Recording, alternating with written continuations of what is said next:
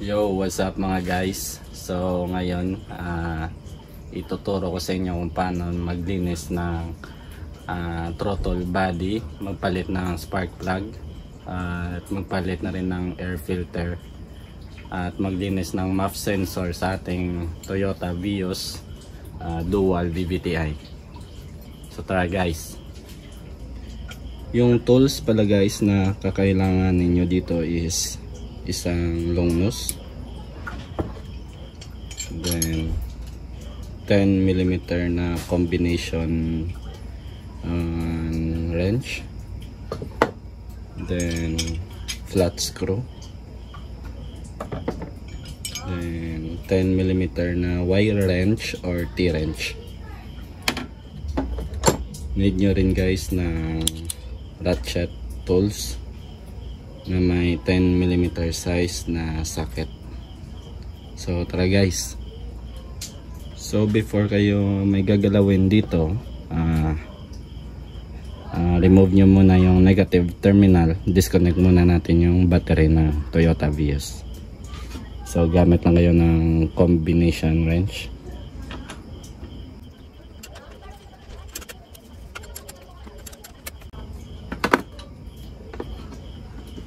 So ayan, na-disconnect na natin. So pwede na tayong makapagsimula. So dito tayo magsisimula guys. Tanggalin natin yung connector ng MAF sensor. Ito. Ayan. So tanggal na. Then gumamit lang kayo ng flat screw or long nose para tanggalin yung sa gilid dito. Ito guys.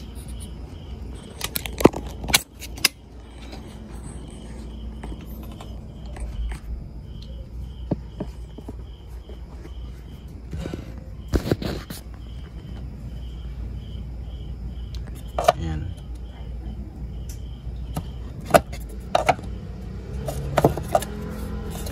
Ito. Then yung isang connector pa. Then ito pa guys. Gamit lang tayo ng long nose.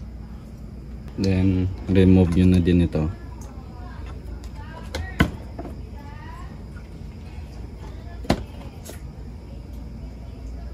Then after nyo i-remove, para matanggal natin yung isang buo nito, tanggalin na natin ito dito. Pero before, tanggalin muna natin yung takip. Ito. Yan, ito yung cover. Tanggalin nyo. Hilain nyo lang pag ganun. Then next is ito guys. Tanggalin na natin to.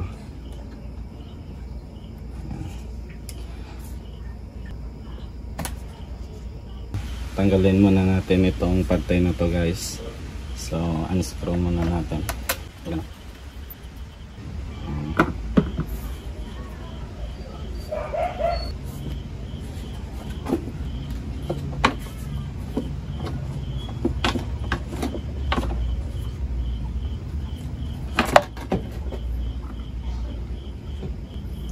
Ayan guys. Tanggal na natin.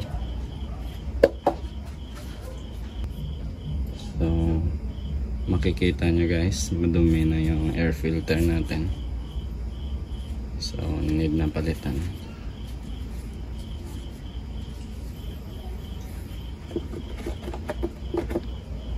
Next guys, tanggalin natin yung connector nyo dito. Ito.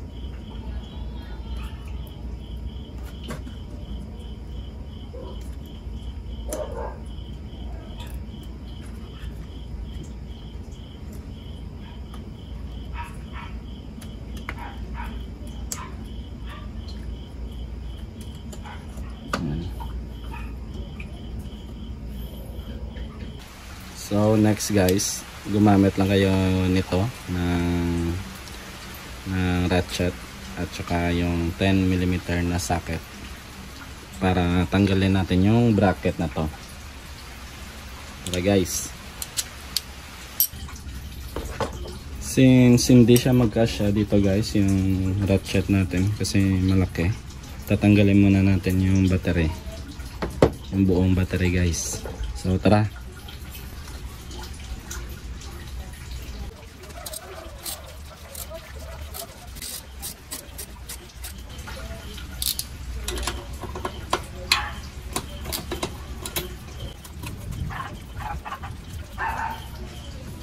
ito na guys.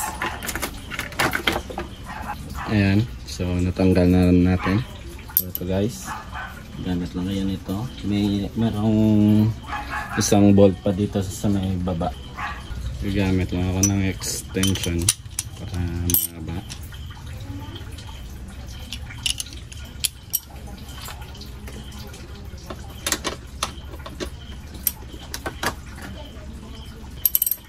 Ayan. Ito siya guys. Next.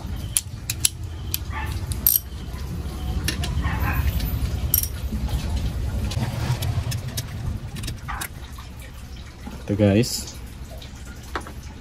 Matatanggal na natin siya. Ito yung parang may lock niya. May lock. So yung wire na connector ng throttle body is tanggalin nyo dito sa may bandang likod. Ito kita ko guys. Ayan guys. Ito. Ayan. Itong connector na to. Ito yung tatanggalin nyo. Ayan. So ito siya.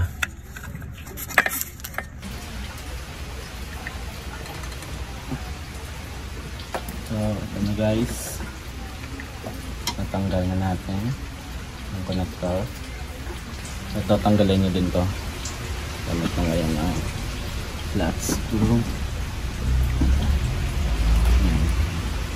So ayan guys. I-remove na natin. Ayan. The next guys is tatanggalin natin ito.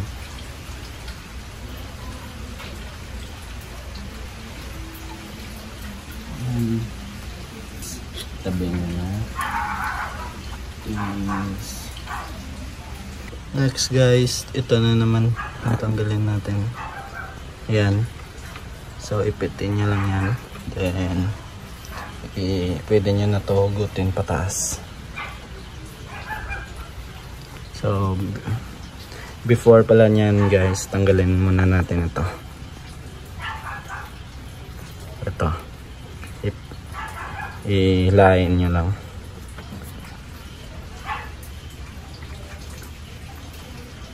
Yan. Pwede nyo na siyang itabi. So next is ito, pwede nyo ito mahugot.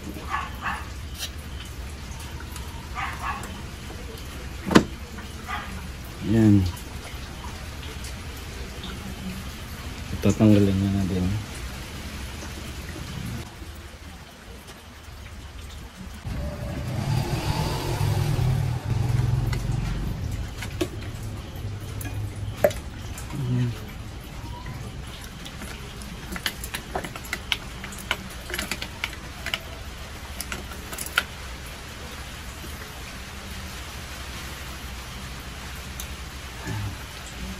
So make sure nyo guys kapag gagawa kayo nito, malamig lang yung makina para iwas kayo sa disgrasya. So guys, it-ice muna natin dito para hindi siya gagalaw, para madali yung trabaho natin. So merong bolt dito guys, isa dito sa bracket, isa dito, at saka isa din dito. Ginamit lang tayo ng 10mm na T-wrench or socket wrench. So ginamit lang kayo nito guys. Pag meron kayong Y wrench, pwede rin ito. 10mm lang na size.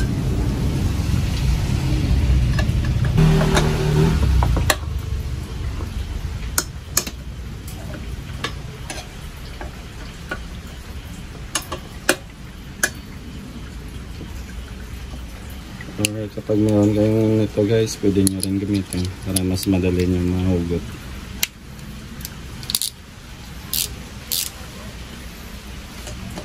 So tanggalin nyo rin ang bracket.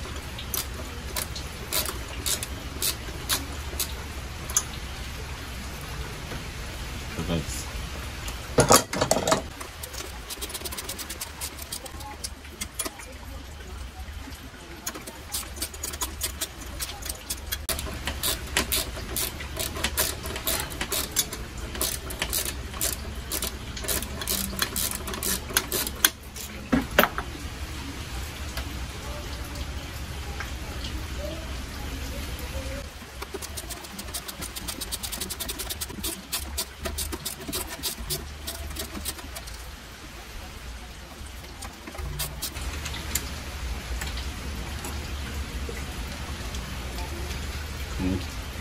guys, ito na yung ating throttle body. So parang malinis pa naman, wala pa masyadong carbon deposits. So ito guys, remove nyo na rin ito para malinis na din natin pati yung rubber. Ayan guys, ayan ito kasi medyo madumi na rin.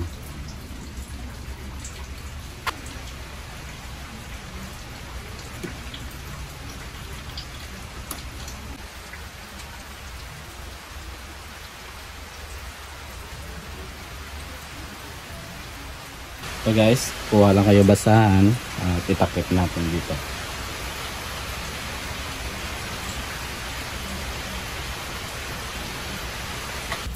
So ayan guys, gagamit lang tayo ng throttle body cleaner. Ayan. So ayan guys, ito pala yung ating throttle body. So ayan, medyo madumi na rin. So kaya linisin na rin natin. So sinama ko na rin yung kanyang parang o-ring yata to. Ayan. Puno na rin ng mga carbon deposits. Ayan. So yung gagamitin pala natin pang linis is throttle body, carb and choke cleaner, yung WD-40. So tara guys, check na. Ayan.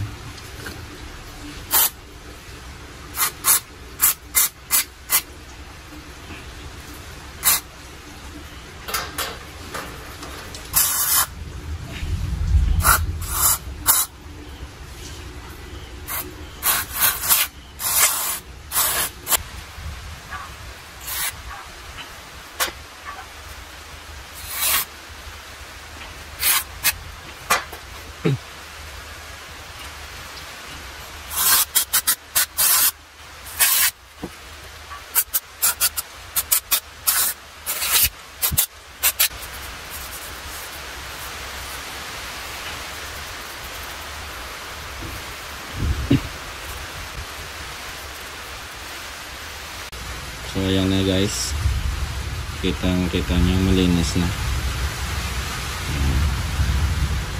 Ito na guys, next linisin na dito.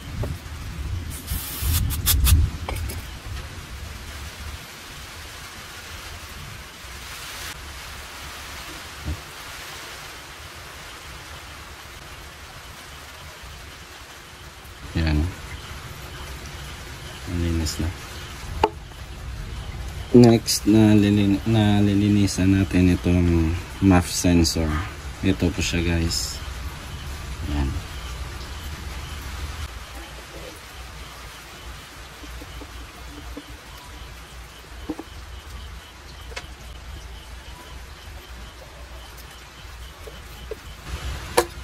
Ayan. Ito po. Matapos nyo tanggalin yung MAF sensor nyo guys, ito lilinisan natin. Parang kita nyo yan, yan yung kapag merong konting dumi, dyan minsan nagkakaproblema yung sasakyan natin. So need din natin linisan ito.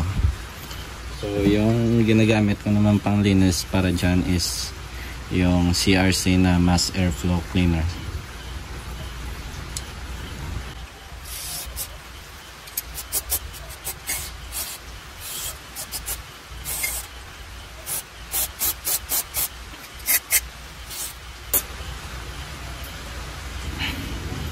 So patuyuin na natin guys, and once matuyo na, pwede na natin ibalik doon sa may takip ng air filter natin.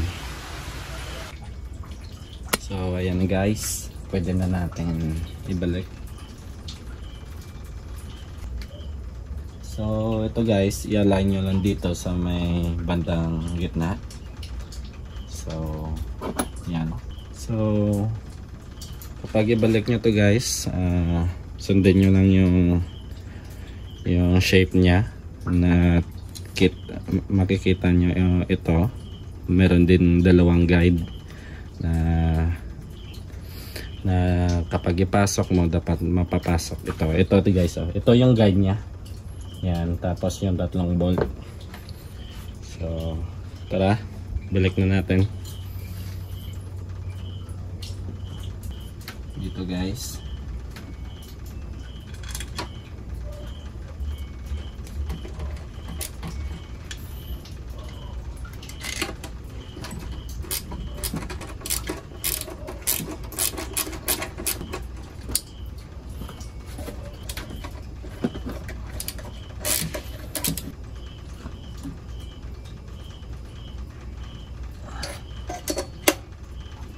By the way guys, kapag magbabalik pala kayo dito, lalagyan nyo rin dapat ng silicone gasket para iwas leak. Kaso yung sa akin na naiwan ko kasi, so bukas lalagyan ko na lang ito guys.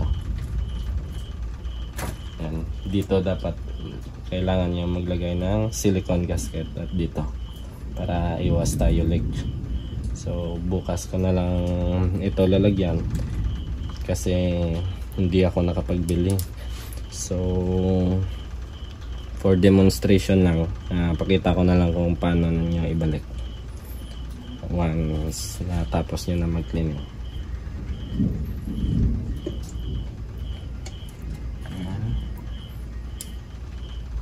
So ito guys, pasok nyo na lang.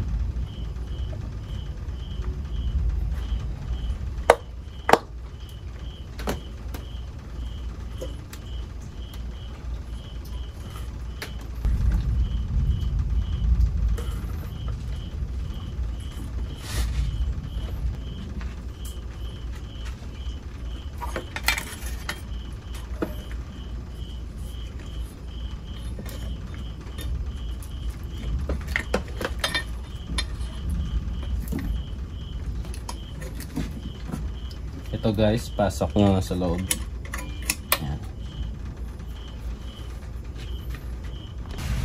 So ayan guys, after natin mabalik ito, yung hose ng throttle body papuntang air filter, next is ito, ibalik na natin dito.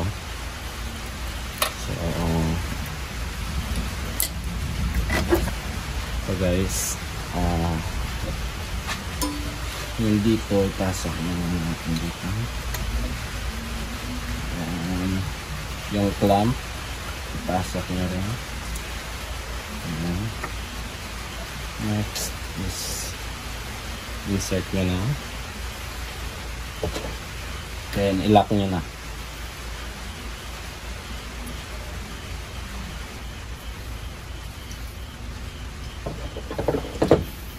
Then next guys is connector ng throttle body natin.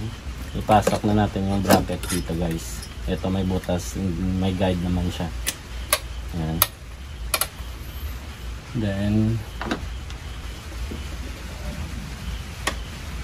pasok nyo na guys. Ayan.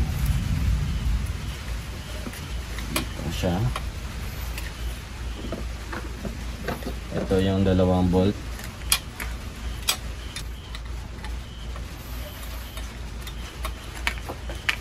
Then yung isa pa sa bandang baba.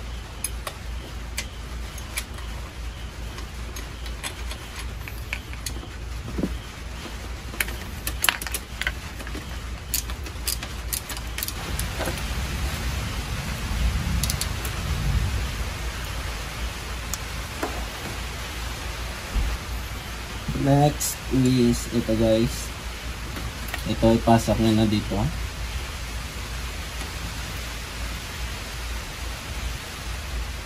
Yan.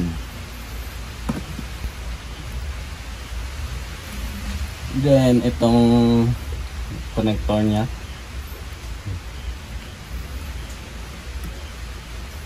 pasok nyo muna ito, yung parang plastic clips nya dito sa may butas.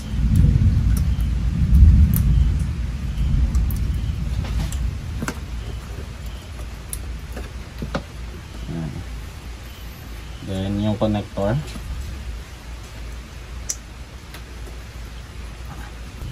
So next natin ibalik is ito guys. So need muna natin ibalik yung MUF sensor dito, yung nilinisan natin kanina.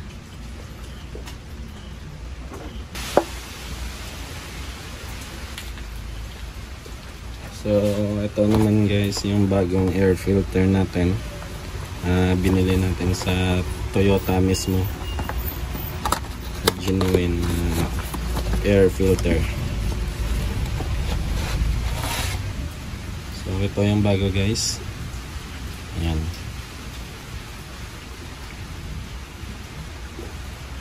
Ito naman yung luma natin.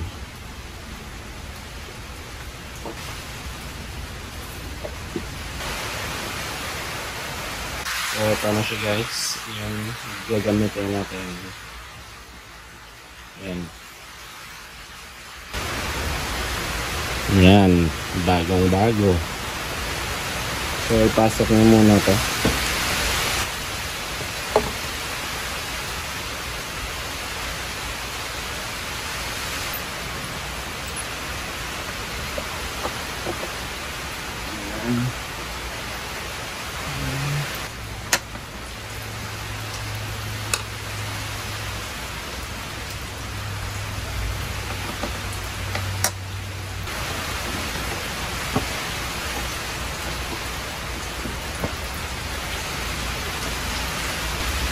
Unlock nyo na guys.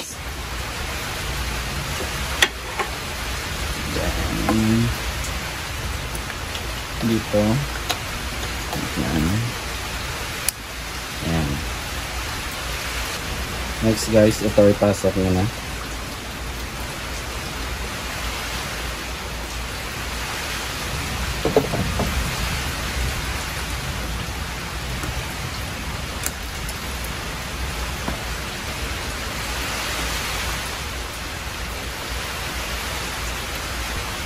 Tapos na natin ibalik. Next naman tayo sa spark plug. Tara guys, next steps naman tayo. Let's go!